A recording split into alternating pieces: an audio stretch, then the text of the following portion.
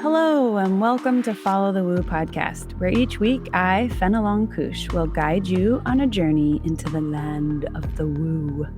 We're going to investigate witchcraft, meditations, the paranormal and supernatural, alien and fae encounters, gurus, shamanism, and all the woo. So hold on to your butt. This just might be the weirdest part of your day.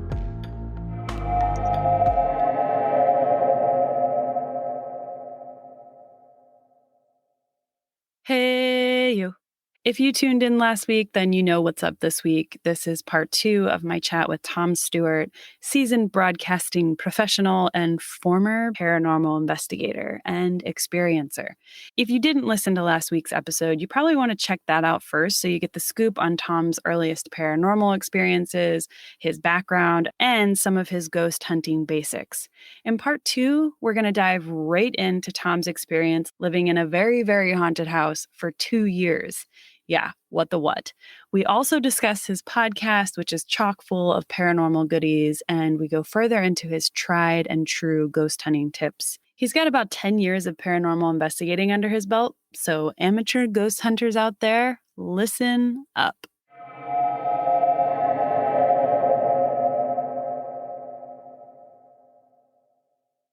Well, I want to go back to the haunted house in your 30s. I guess set the scene for me. Who's living in this house? What's happening?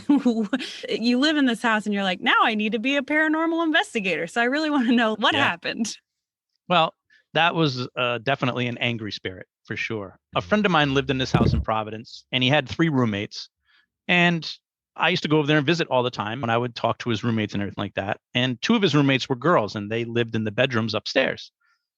And they would always talk about seeing ghosts up there and that the house was haunted, blah, blah, blah. And my friend and I, we would just laugh because they're girls and they think every noise is a ghost, and we would tease them and whatnot. And then one of the girls moves out and I needed a place to live. So I moved into the bedroom that she moved out of on the 2nd floor. And sure enough, after a while I'm living there, weird things started happening. And at first I thought people were just screwing with me. It was simple little things like I'm an OCD type of person where if I open a drawer in a bureau, I close it. If I open the closet to get something, I close the door. I'm a closer. I close everything. So I would grab my clothes, grab a towel, whatever, go take a shower. I would come back to my bedroom and every drawer and every closet door is open in my bedroom. And I'd be like, what is going on here? Like, I know I didn't do that. No, thank you. And it was just little things like that were adding up. I had 2 autographed baseballs in plastic cubes to preserve them on my bureau. They were on the back of the bureau up against the wall, like flush up against the wall. I come home from work one day and they've been moved to the very front edge of the bureau. And I'm like, who's been in my room? And, every roommate's like, we weren't in your room, dude. So it was just stuff like that just kept happening. And then one of the weirdest things was, it was late at night, 1, 2 in the morning. I'm at my computer desk in my bedroom playing a video game or something. And to my right, I had a floor mirror, like one of those oval shovel mirrors. Mm-hmm. And, those things kind of pivot. You can kind of adjust them. Well, as I'm sitting there at my computer, out of the corner of my eye, I can see the mirror tilting. And it just keeps going to the point where it's horizontal now. Just a slow tilt all the way till it's horizontal. And I just sat there looking at it going, well, that's interesting. So after it stopped and a few minutes go by, I finally decided to try to adjust it. And the nuts were still kind of tight. Like I had to loosen it to put it back down into its place again and then tightened them up. And the whole time thinking, this is going to be like a movie. I'm going to see something in the mirror behind me or something, but there was nothing there. So it was a lot of little things like that. Lots of weird nightmares. I used to have a lot of dreams about dying. And I would, in the dream, see myself in a coffin and wake up in bed with like my arms across my chest, like someone in a coffin. Sometimes I would dream about friends or family dying and I would wake up just crying from the dream. And my girlfriend at the time, she would sleep over. She would have nightmares. And then she started saying she was seeing things in the bedroom. There was like a black mass that would be in the corner of the bedroom, sometimes in the middle of the night, and it would scare the hell out of her. So these things started adding up, Yeah. And One of the girls who had lived upstairs in the other bedroom, she had moved down to the basement. And she kept telling me that when she lived up there, she kept seeing a ghost up there. So I never really asked her about it. But then one night I saw the ghost. It was about 2 or 3 in the morning. I'm in bed asleep and I can feel something sit on my bed. Now, I thought it was my roommate's cat. The cat would come into the bedroom quite a bit and sleep on my bed during the night, which I was fine with. But then I felt whatever it was on my bed moving up towards me. Oh And when I no. opened my eyes, I saw an old man straddling me on my chest, and I Oh. could feel the weight of him on my chest, on the bed. And he was swinging at me, like trying to punch me in the face. So, I immediately throw up my arms. I'm trying to protect myself. I jump out of bed and I throw on the lights, and there's no one there. There's nothing there. And I'm like, wow. The next day, I asked my roommate about it, who used to live upstairs. She's in the basement now. And I'm like, tell me what the ghost looked like. And she described this old guy to a T, exactly what I saw. Old, wrinkly face, like an old black, like top hat. And he just had like black clothing on. And he was angry. And she told me that she would wake up in the middle of the night sometimes and she would just open her eyes and his face would be right in her face, like Oh right up against her, an hell inch or two no. away. That's why she moved out of the upstairs. Guy would move out of the So fucking house. I know, right? So at this Oh. point, I'm researching a lot. I'm trying to figure out how can I make this go away or how can I make it not angry? And I'm doing things like sage and I'm doing things like dragon's blood and stuff like that. So my other roommate, the one that I used to joke around with when the girls were saying it was haunted before I moved in, I was telling him my story one day and he goes, you know what? That happened to me once too. And I'm like, shut up. And now he's not the type that would ever talk about like, seeing a ghost or anything. He was like a guy. You know what I mean? He would never talk about this. But when I told him what I experienced, his face was white. And I knew he was being completely honest with me. He was like, a couple of years ago, that bedroom you're sleeping in, that was my bedroom at one time. He goes, and the same thing happened to me. He goes, I woke up and there was an old guy trying to attack me. And he goes, I just thought I was drunk and imagined it or was dreaming it or something. And so now that's 3 of us in the house who had seen this old guy. It was blowing my mind. A couple of weeks later or so, I come home from work and my roommate's downstairs and there's some guy in the house with him. I don't know him, but he's like, oh, Tom, I want to introduce you to so-and-so. He's my friend. He lives out in California, but he's in town visiting. And I'm like, oh, hey, nice to meet you. And he tells me, oh, yeah, he used to live in the house too. He used to stay in your bedroom. I'm like, really? The guy looks at me and goes, have you seen the old man yet? And I'm like, shut up. Like this guy experienced it too. And I'm like, wow, this is crazy.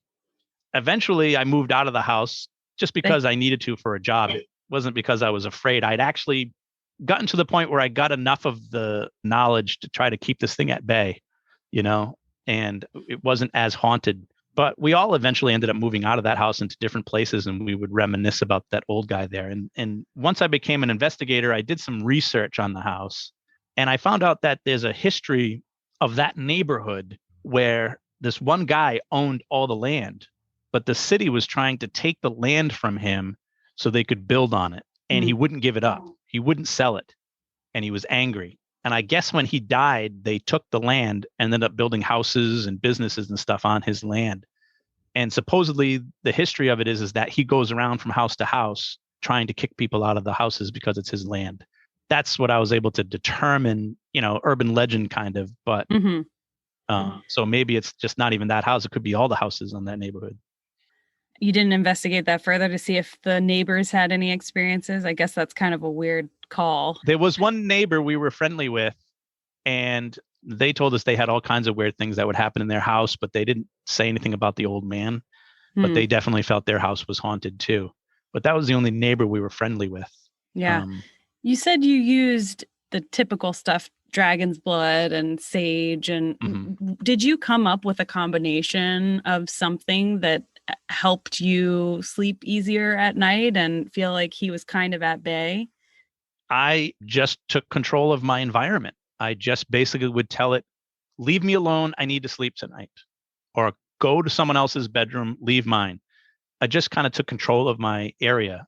And I don't know if it's a psychological thing or if it actually works, but it's what I tell everybody, that if you feel like you're in a situation where there's some spirit bothering you, you got to let it know that this is your space And without provoking it or being mean to it, just be stern and say, this is my room and I need it to be quiet. So you need to leave me alone tonight.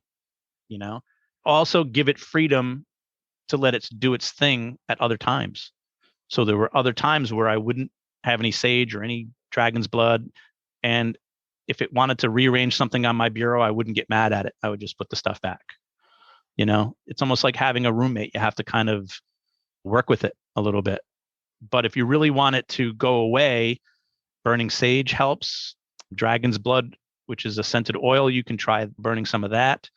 In some cases, it might come back stronger because it's pissed off because you did that. Mm-hmm. But if you really just need it to go away for a couple of days, that seems to work. I know that a lot of people have had experiences like this and they try a bunch of stuff and nothing seems to work. And it does always come back to you have to take ownership of your space and you have to say, I need you to leave me alone at the very least these hours that I sleep, right? And you really have to be firm and consistent with that, right? It can't just be like, oh Yes. no, go away. Yeah.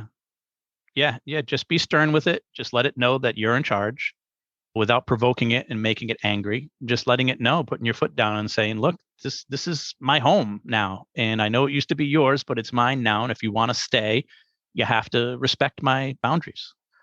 You started out as a kid, you have these early sort of paranormal experiences, you have this amazing time in the cemetery, and then you move into this house in your 30s, you have this weird experience, you go to paranormal investigations, and then eventually you start a podcast. When did you start the podcast and what was the inspiration for it? I started the podcast in 2018, and basically all my life I've been telling people my little spooky stories. You know, somebody would bring something up and I'd be like, oh yeah, well, that reminds me of the time this happened to me or this happened to me. And I just noticed that everybody always loved hearing my stories. And I was like, I need to get these documented somehow. Someday I might forget them, or maybe I can reach a bigger audience with them. So when podcasting became a thing, and with my radio experience, having worked in radio, I was like, this seems like the perfect venue for me to tell my stories. So I eventually got around to it. But yeah, I started telling every couple of weeks, I tell a new story on my podcast of something I've experienced, whether it be in my personal life or maybe a story from one of my paranormal investigations. And every episode is like a little campfire story of someone telling you a spooky story. And that was basically it. And I just figured a few of my friends will probably listen to it. Maybe they'll tell a few of their friends or something. But I'm almost at 50 episodes now, and I've got thousands of people listening, and I get emails every week, and people have made donations. And it's just been really fun to tell my stories and communicate with other people about their stories. I get emails of people telling me their story all the time, and I love reading them and I love commenting on them. And it's been really a fun little adventure for me. Are these stories that you tell on the podcast true or? I like to say they're all true, especially the first probably 15 to 20 are like from beginning to end, what really happened. The investigation stories are pretty much what happened. And a lot of times I will play some of the evidence, some of the EVPs that were captured during it. So you'll actually hear a ghost talking on some of these episodes, or you might be able to go to the website and see a video of something I talked about happening, and we had video evidence of it. But as I've gotten into the later episodes, the memories get fuzzy, and I just think of something that happened one time, and then I think of something else that happened one time, and I'll combine them and make that one whole story. Gotcha. You know, even though they happened two different times, I'll put them in the same time, things like that. And I dress it up. So there's lots of dramatic pauses and I have spooky music in the background. I like to think of my podcast as old timey radio before we had television, when people would gather around the radio in the living room, the family would listen to a horror story or an adventure story, and you kind of had to just picture it in your mind, and the narrator would kind of paint the picture for you with words. I try to do that with my stories. So it's not a typical podcast where it's two or three people talking and interviewing and stuff. It's just me telling a story that is kind of spooky, and elements of it, if not all of it, were a real life experience for me.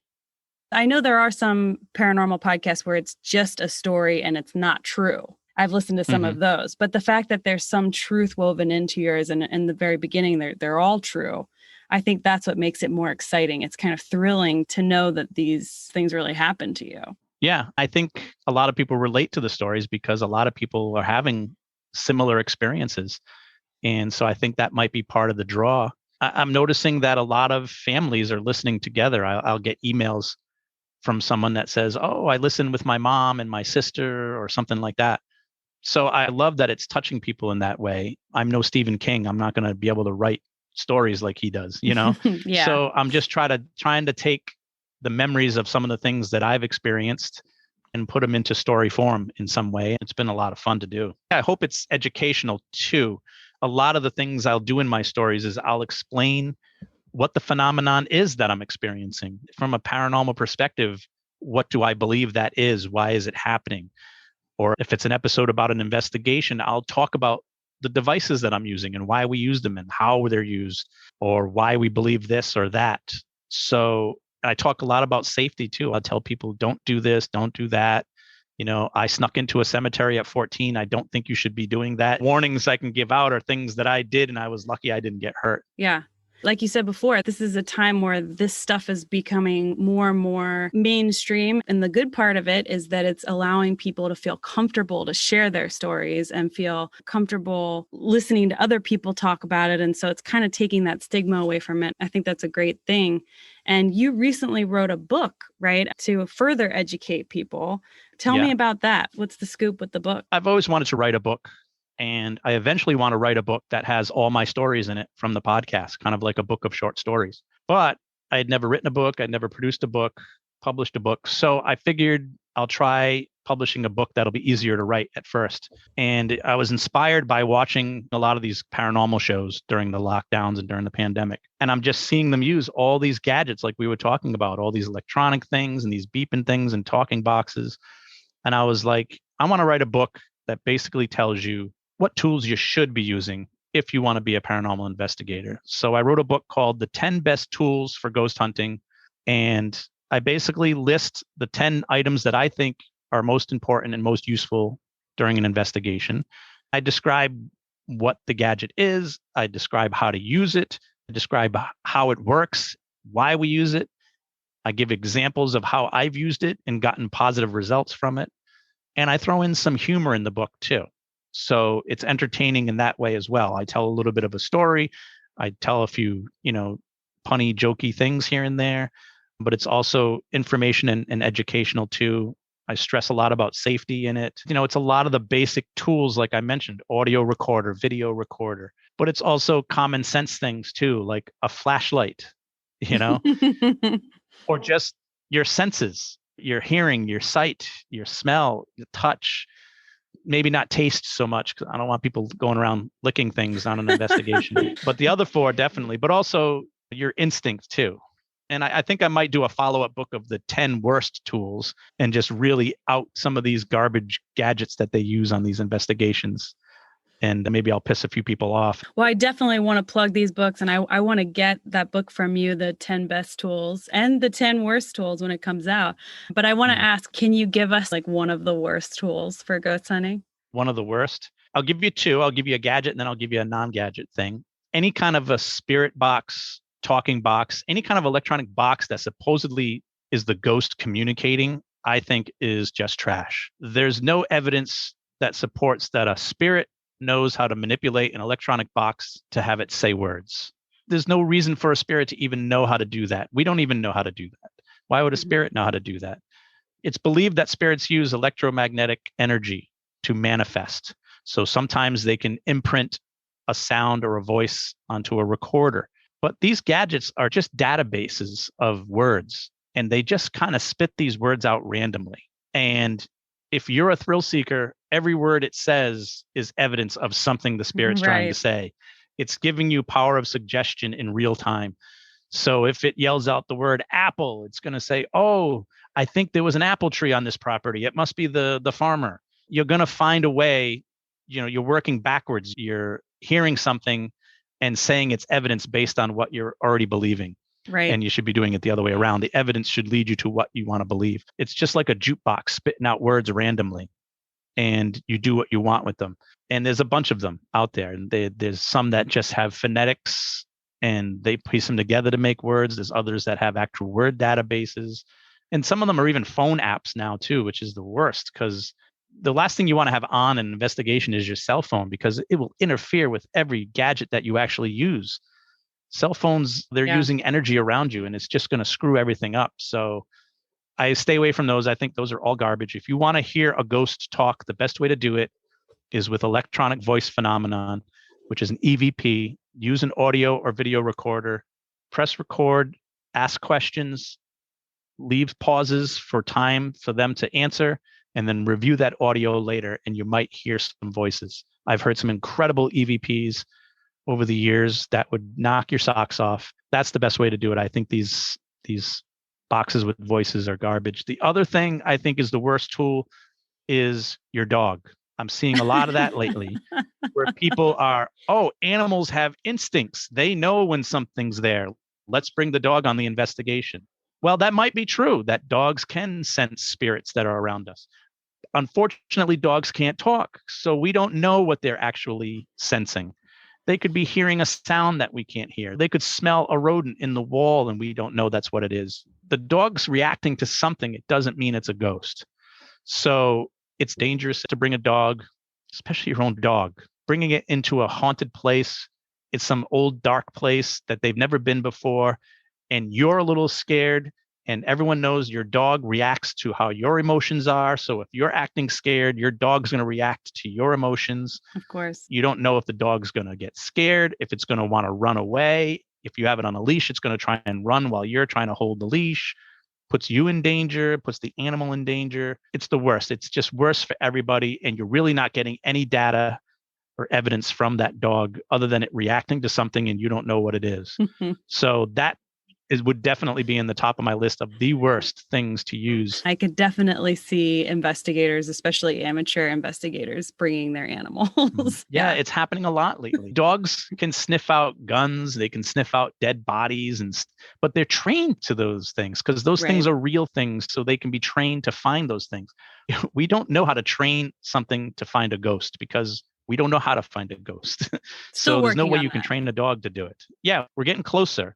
But I don't think dogs or any other animal for that matter is the way to go. Yeah.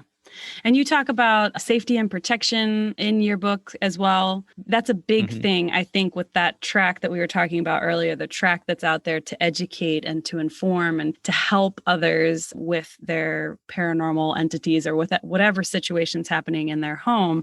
Can you just give like a couple of things that you would say just to the amateur investigators out there, how to protect yourself, how to be safe in an investigation? Okay. There's a few things. First, never do it alone. Never go into any situation alone. Always have someone else with you. So if something happens, you get hurt, whatever, there's someone else there that can help you. Always let people know where you're going. So if you're in a big place and you're with a group and two of you go off somewhere, let someone else know that that's where you're going so they'll know where to find you if something happens. Before you start an investigation, you should always, always, always take a lap around the whole place, every room, every staircase, every door, lights on, and get a feel for the place. Get an idea of where everything is, where you're going. That way you kind of have that in the back of your mind before you shut the lights off and you start walking around in the dark. So always do a walkthrough beforehand. Copy that. And take notes if you have to. If there's something like, oh, there's no railing on this staircase, everybody take a note of that or something. While investigating, every single person should have a flashlight. I see a lot where you try to save money and two or three of you go off and only one of you has a flashlight. You all need a flashlight because you never know when you need to see something. So everybody should be holding a flashlight that works. Never go someplace without permission because you just don't know what's in there. You don't know how dangerous it is. That includes cemeteries, even though I'm a hypocrite because I snuck into cemeteries as a kid. Cemeteries are almost always private property. So you're trespassing if you go in there after hours. So don't do it because the police will arrest you, you can get into trouble, and you don't know who else might be in there. We always kept a first aid kit on hand. We always had walkie-talkies, so everybody has a walkie-talkie, at least one in the group that you're with so that you can communicate to others. It's a lot of common sense stuff, really. Wear proper attire. Don't, be walking around some old attic in your flip-flops. You're going to step on a nail or you're going to stub a toe or something. Don't do stupid things. Don't provoke. Don't Go into places that look dangerous. If it's an old building and the floor looks really weak, don't walk on it. Stay away from it. It's not worth getting hurt to try to see a ghost for 2 seconds. It's just not worth it. And it seems like you're very respectful of the process. If you do encounter something, you're not like, hey, tell me exactly what I need to know. You're not pushy with the entity. I think you have to show a lot of respect, just like you would to another person. Think of a spirit as a person and be respectful, be kind to it, and you'll get better results that way, you I know? agree. And if you get a feeling in your gut that it doesn't want you there, respect that and leave. Give it its space. You know what I mean? You're intruding in a way. One more thing I want to throw in for safety. If you're a private investigator group and you're investigating a person's house, they've come to you, they think their house is haunted, they would like your assistance, meet them someplace in public first, Dunkin' Donuts, McDonald's, something like that. Get to know who they are first, do a little pre-interview, ask some good questions about them, get to know who they are before you end up in their house and you find out that they're going to kidnap you and tie you up and put you in the basement. Like, be careful God. because you never know. These people are strangers. It's good to just get to know them a little, get a little instincts going. I didn't even think of that. You should probably be pretty picky, especially if you're finding them on the internet. You don't even think about that part. That's a good point. Yeah. Even if you're going to join a team, make sure that they're a team that does things safely. Make sure that they have a lot of the same ideas and practices that you'll have. When I met with Rise Up Paranormal, I knew right away that they were the ones I wanted to be with because they thought about everything the same way I did. They have a very skeptical and scientific approach. Like, we believe this is real, but we don't believe everything that's happening is real. And they questioned everything. They were curious, they were adventurous, and they were just a bunch of fun guys and girls. We laughed, we joked around. The first night, I felt like I was part of the family. That's what you want to look for if you're in a paranormal group. Try and do it with people that you know or people that just have a lot in common with you. And don't let them put you in any kind of danger. Yeah, that's great advice. Really, you definitely have to be careful with the kind of people you're working with. There's been a couple of times where we interviewed a client or we swung by their house like during the day real quick and just knew that, nope, this isn't a place we want to be spending time. Like, the house was just in total disarray. Maybe they're hoarders, maybe they're just weirdos, and it's not worth taking the chances. There's other cases that you can go on out there. I think a lot of amateur investigators are like, we have to take every single client, when it's like, no, you still need to be cautious. Sometimes people want to call something a haunting because they don't want to face what's really going on. Maybe it's somebody in the family who's sick. Maybe it's somebody in the house with a mental disability, and they're trying to excuse the things that are happening, saying it's paranormal when it's really not. You don't want to get involved with stuff like that because it's not your expertise. With Rise Up, we actually had some people with psychology experience, like they actually work in the field. So they would do a lot of the pre-interviews with people to try and find out if they really are experiencing something paranormal or is it something psychological, because we can't help them with a psychological issue, but paranormal we can. So you want to be objective too. You don't want to just take every case and take their word for it that it's a haunting, because you might be making their situation worse by entertaining the idea, by lending more credence to it. You really should have like a bunch of questions to ask a potential client about everyone's health in the family. Is anyone taking any kind of prescription drugs? Is anyone taking illegal drugs? Things like that. You have to ask all those questions to know what you're getting into. And so that way you can be objective and take the actual clients you can help and avoid the ones that you can't. It's a lot of work. Yeah. That's the main reason why I don't hardly do it anymore. My hat's off to everybody at Rise Up Paranormal, because they still do it until the pandemic came along, but they're still out there doing it all the time. I miss doing it. I loved doing it, but I just have too many other things going on in my life. So I focus on what I can do for the paranormal field, which is tell my stories on the podcast, do interviews like this where I kind of give out information that people may not know. Sometimes some of my friends who are in paranormal groups will send me an EVP and say, hey, what do you think of this? Or ask me advice on something. Or every once in a while, somebody I know will know that I'm into this stuff and ask me questions about something they're experiencing. So there's always ways you can help people. If you're doing it for fame, you're doing it for the wrong reasons. You should only become famous for doing it by accident. I tend to ask people the same question at the end, and it's, what's the most profound spiritual, paranormal, supernatural woo experience you've ever had? We might have already touched on it, but is there something different that you haven't mentioned? Yeah, I've definitely mentioned a few already. Like really good ones trying too. to think if there's I'm trying to think if there's one that I haven't said that would classify. I'll tell you about the very first EVP I ever caught. When you become a paranormal investigator, it's kind of like popping your cherry. You get your first EVP. It's your rite of passage. Yeah, kind of. And I had already been on maybe 4 or 5 investigations with Rise Up in the beginning, and I hadn't caught anything on my audio recorder yet. But then we were investigating Fort Adams in Newport, Rhode Island. Huge, huge, huge old military fort. And there was a few of us investigators in one of the rooms. It was a commander's quarters or something like that. Mm-hmm. And it's basically where they would stay. It was their room.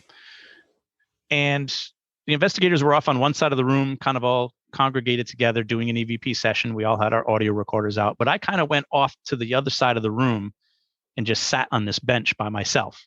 And I had my audio recorder there next to me recording. We did our EVP session and and then went our way. A couple of days later, I review my audio like you're supposed to after an investigation. And I got to that part where I'm sitting on that bench. And one of the other investigators had asked the question, do you want us to be here? Should we leave? And on my recorder, I heard a voice, a deep male voice say, go. Yikes. Just like that. Very breathy, go. And it freaked me out at first because I'd listened to hours and hours of audio from all our investigations up to that point and never caught anything. And I'm sitting in my house by myself in the dark. Nothing else is on because you can't review EVPs with the TV on or something. So you're sitting there all by yourself. You're setting yourself up for this. And then I hear this voice say, go. And I was like, whoa. And then I had to rewind it and listen to it again and listen to it again. And eventually I was excited because, that's got to be an EVP. I finally caught one. And then I share it with the other people in the group and they all confirmed that, yeah, that's definitely an EVP. So that was probably my woo moment because it was my very first EVP and it was a pretty cool. Do you still have that EVP? I do have it. Yeah. Yeah. I still have it saved somewhere. I have a whole folder of stuff in my computer. Have you shared that specific one on your podcast? I have. The episode is actually called My First EVP. Okay, great. You'll actually hear the guy say go. And there's a bunch of episodes where you'll actually hear the real EVP from the investigation that I talk about. There's another one where it was a really interesting EVP. It wasn't one I caught, but someone else from Rise Up caught it. We were doing our walkthrough of this place we were investigating. The lights were all on. We weren't even investigating yet. We hadn't even set up equipment. But one member of the group, Julie, she's the type that her handheld video camera is always on. It's always recording no matter what. So during the walkthrough, she had it with her. And for some reason, she decided to review that audio later on after the investigation. And she caught an EVP of what sounded like a little girl saying, they're coming, as we were walking up the steps. Okay. Now, what's significant about that, not just that we recorded the voice of a little girl, there was no little girls in this building, and that she knew we were coming, but that it sounds like she's telling someone else. Exactly. She was warning someone that we were coming. I'm not even on any of the TV shows. I have never heard them present an EVP where the spirit was warning other spirits about the humans. Yeah. The living people are on their way. Then we had one where the EVP spoke to us in a foreign language. We were in a mill that was from a famously French cultural area. And back in the day, this mill was run by people who spoke French. And one of the EVPs we caught was the EVP saying something in French to us. The voice said, merci beaucoup. Oh. We were saying, thank you very much for letting us be here. We're very polite like that. And somebody in the group said, merci beaucoup. And on the recorder, and we caught it on a few recorders, including mine, you hear the voice say back, merci beaucoup, as if it was saying it back to us. Wow. It was amazing. Amazing when you get it on more than one recorder too. Yeah, there was 3 of us who caught it. And at the time, I was using a parabolic dish that you can buy. People usually use them for bird watching. They'll use the parabolic dish, put on headphones, and try to find birds based on the noises they make. But I used it for paranormal investigation, where I put a splitter on it, and the splitter would go to a recorder that I strapped to it to record audio. But I could also listen with live time through my headphones that I plugged into the other side of the splitter. And I didn't hear the merci beaucoup when it happened, but it did end up on my recorder, and it was amplified because I was using the dish, where the other 2 recorders, you could hear it, but it was muffled in the background. But my dish just happened to be pointing in the right position at the right time, and you can hear it really clearly. That's a pretty cool contraption. Did you come up with that yourself, or Yeah, had that been used? that was kind of like my idea, where I just kind of was like, how can I use this for paranormal investigation? I do that with everything. It's funny because the time I saw it, I was on a paranormal investigation. We were out in the woods, and there was a guy out there wearing the headphones with this parabolic dish, and we were like, "What are you doing with that thing?" And he's like, "I'm a bird watcher," and he goes, "And I can tell what bird is where based on the sound." He's like, "Because sometimes I can't see the bird very well, but if I use the dish, I can focus in on it and hear the chirping it makes, and I know the bird by the chirp." And I'm like, I wonder if that could work with paranormal investigation. And working in radio and with electronics my whole life, I was just like, let me just put a splitter into the headphone jack, and then I can Yeah, record with one part and then listen with the other. And it became a gadget I used to use a lot on paranormal investigation. brilliant. You That's a should good thing to patent it. do, right? I could be Make it selling my own fancy. gadgets. Yes, exactly. Like put But some cool colors on there and give it a brand, and yeah, yeah, just I'd put some buy one. flashing lights on it and everybody will want it. Maybe I Exactly. can put an EMF detector built into it or something too. Yeah. That's one thing I liked about being with Rise of Paranormal too, was everybody used to think outside the box. There were a few of us who were big on experimenting. We loved to experiment things. I used to do lots of things with coins, because you hear a lot of stories about coins being related to paranormal activity. I would put a quarter somewhere and put it on a piece of paper and draw a circle around it and see if the quarter ever moves. There Cool. was another experiment that I did. This one I thought was interesting. And to this day, I still think it's proof of something. The idea with an EVP is that the sound isn't in the room, but that it's being placed on the recorder through electromagnetic energy. Right. So it's not something you're going to hear, but if you play it back, you're going to hear it. That's one of the theories. The other theory is that maybe it's sound in the room that we can't hear because it's below or above our spectrum of hearing, sort Okay. of like a dog whistle. We can't hear a dog whistle because the pitch of a dog whistle is higher than our spectrum of hearing. But dogs have different hearing than us, so they can hear it. Well, it's believed that EVPs are likely in the realm below what we can hear. So a human can hear between 20 and 20,000 megahertz.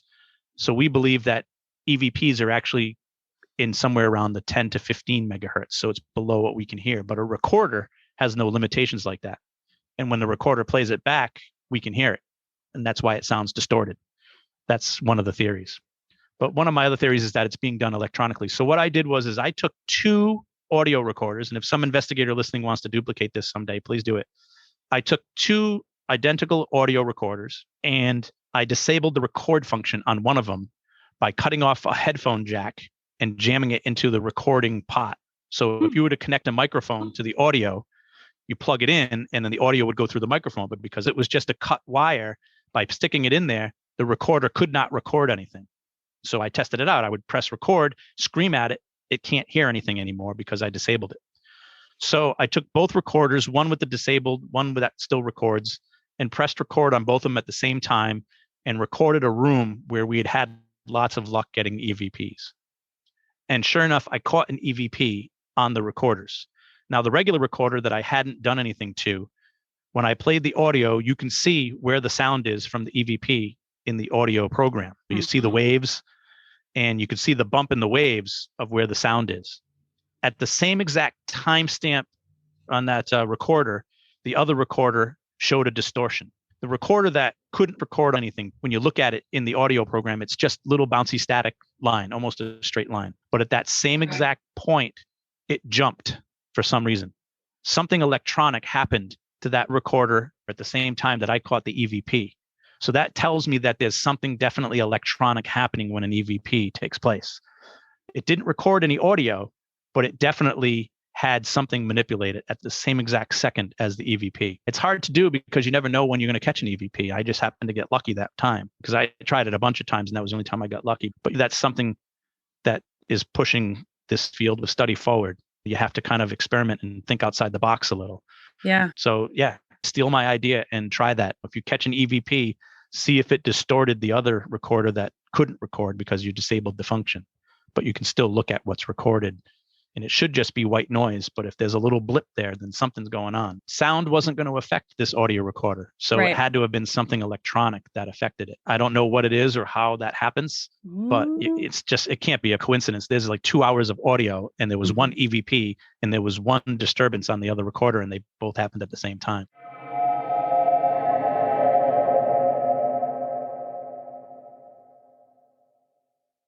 So this episode made me want to MacGyver a parabolic disc, EVP, EMF, ghost hunting gadget. Maybe we could have him do a video tutorial on how to make some of these ghost hunting devices. What do you guys think? I would watch that for sure. Please go listen to Tom's awesome stories on his podcast, My Paranormal Story, anywhere you listen to podcasts. You can also find his books, ebooks, and audiobooks on Amazon, Kindle, and Audible. Check out his website at myparanormalstory.com. All of that info will also be available to you in the show notes for this episode. Also, if you're interested in checking out Rise Up Paranormal, it's super easy to find. It's riseupparanormal.com. And you can find some of those EVPs from Belcourt Castle available under the evidence tab on their website if you want to check that out. If you have any specific questions about ghost hunting or paranormal activity, or you want to share your own paranormal experiences, or you want to know more about Tom's ghost hunting devices, please email me at followthewoo@gmail.com.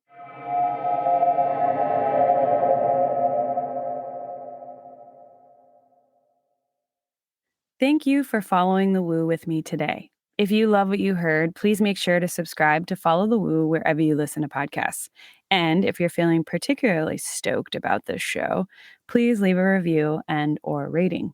You can also support this podcast by becoming a member of the Order of Woo, where you'll get community access and loads of extra goodies exclusively on Patreon.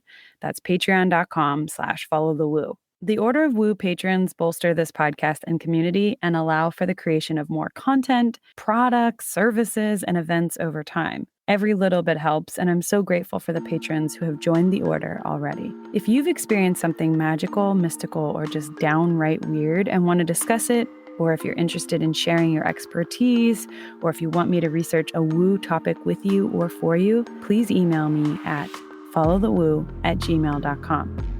Join me next week for another woo topic. And remember, tell the truth, be nice to each other, and if it feels right,